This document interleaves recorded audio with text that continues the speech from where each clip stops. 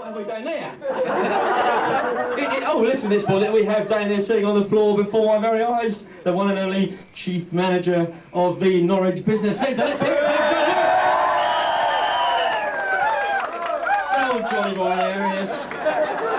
Right, my job tonight is to introduce, well, they're not going to introduce it just yet because they're going to take a little time to get ready, as I understand. They're going to take about 20 minutes, I believe, to get ready, so I'm sort of what they call a warm-up, I believe. It is.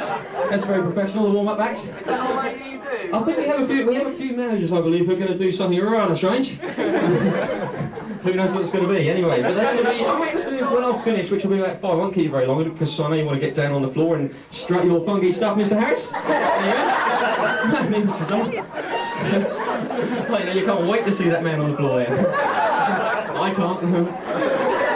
Anyway, what we're going to do tonight then, I should be doing a little bit of an intro. I'll just last about 5 or 10 minutes, and then there'll be about a 20-minute break. We have a bit more bottom on the floor, and then after that we'll have the one and only City Office Corporate Business Centre. What do they like to call themselves? I think there's some tights and that kind of thing going on, but that'll be seen. Anyway, let's have a talk about, what should we talk about? Should we talk about the Norwich Business Centre? What a marvellous business centre it is. The Norwich Business Centre, it's been a marvellous success. We've been going for a few weeks, as you all know. It's been quite extraordinary. The boys at the top, of course, the Corporate Banking Centre, which is, of course, the one in there, Michael Hart, who I can see from here. Michael. And we've also got Jill Bradshaw somewhere around. Jill? Where's Jill? She's outside of somebody. No, sorry to them. And we've got good old this Roland tonight. He's probably pissed off home early. Oops, bit of politics there. Good old Roland. He's a man who's never seen after 4:45. Research, what the hell does he do? What does a research officer do? What the hell is that job? He puts on a white coat and puts a few things together, I don't know, research officer. Anyway, the boys at the top, they're supposed to be the elite, they're supposed to be the cream, but to be quite honest, they've only got one list. For those of you who don't know, those are probably in the machine, I'm not sure how it all works. In the good old days, you used to have a list each. We used to get a printout in the morning, as you well know, of all the accounts that were out, or all the naughty customers. We used to have a list each, which made things rather easy. It was quite convenient, really. We had a list each, we got on with it. Well, yeah, a list each. Here's yours, Mike, here's yours, John. No problem. But this time, the boys on the top, although they're the elite, they've only got one list between them. They've got 500 accounts, and what the hell's going on? Let's find this down. But fortunately, you can imagine what it was like on the first day. Whoops, I went off mic there for a minute, didn't I? The first day, you can imagine what it was like. The boys were totally confused, and girls, Jill Bradshaw. They had one lister between them. The question was how to sort it out. Well, we were fortunate enough to have the one and only David Coleman, who was with us, to commentate on the proceedings on the first day. David Coleman. And it went something like this. Now, what happens in the morning is the list comes up on the computer, usually before anybody's in, but for the purpose of tonight, we'll ignore that and pretend it was coming up as the boys and girls are in. I'll just kick that balloon out of the way. Okay, this is what David Coleman sort of all.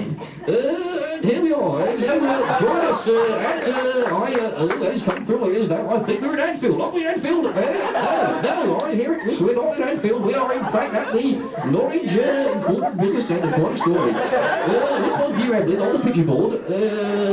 What happened next? Here comes a list. Here comes a list. This is quite a story. Here comes a list there, and it's got it. Hart's got it. Hart's got the list. This is quite a story. And he's taking it back, and he's sent it over to John. And he's returned the check. This is quite a story. I'm very good to take myself. This is quite a story. And Hart in the list. Hart's still with it. Hart's still with it. And loads. Here comes loads. Loads has got the list. This is quite extraordinary. I've never seen scenes. And we lost it. And Bradshaw's in. I've never seen scenes such as this in my life before. Bradshaw in the list. And Hart's got it back again. Hart's got it back. Hart's in the list. It's coming good. Here we have this right score.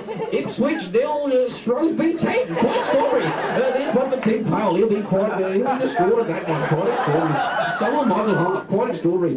And anyway, Hart's got the list again. Hart's with it, taking it back. There's an overdraft notice there. OD 10, OD 10, OD 22, OD 22. There he's lost it. He's back to check. Quite extraordinary.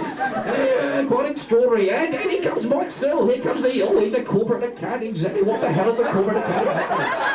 What the hell is that? He used to be a manager, but he's a bloody corporate account executive. What the hell is that, for Christ's sake? This is quite extraordinary. And he's down. Someone's hit him, man. Someone's hit him. In comes out of a Lambos trying to sort it out, but Mike Searle is down. Oh, surely. And we're now going to go over to Richie Banno, who's going to commentate on the rest of the proceedings. Well, here it is, David. What extraordinary scenes here at the Norwich Business Centre.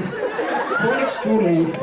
Never seen such scenes as this, and I don't think Searle's not going to get up, I don't think. Searle out for the count. I don't know who it was who landed that punch, but he's down quite certainly there.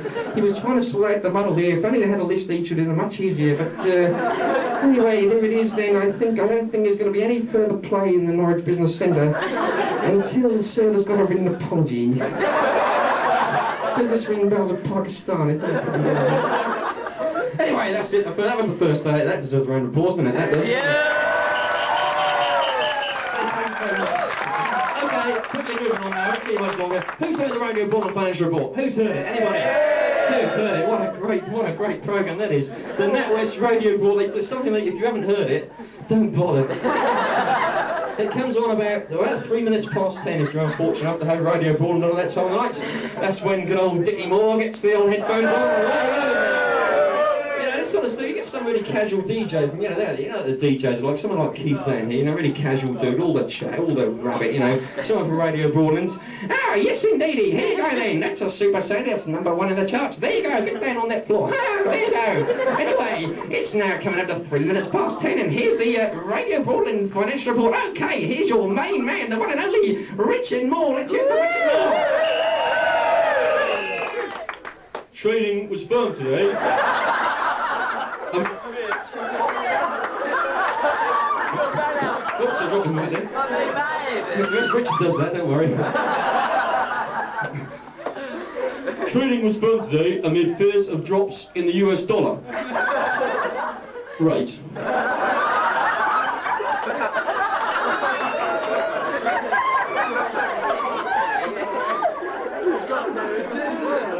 The Lotus shares were down 3 at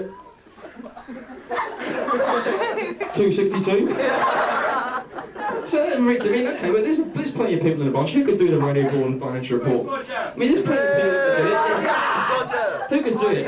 Do you think who could do it? Could Mike Searle do it? Do you think Mike Searle could do the Radio Bournemouth? I think he probably could. Yes, let's see. What do you think Mike Searle would sound like if he'd done the Radio Bournemouth Financial Report? What do you think? He'd probably sound something like this. Anyway, this is Mike Searle with the Radio Bournemouth Financial Report. I've got some really interesting financial news for you, but I'm not going to tell you because today I've got a false fail fee. So I'm going to tell you about that as well.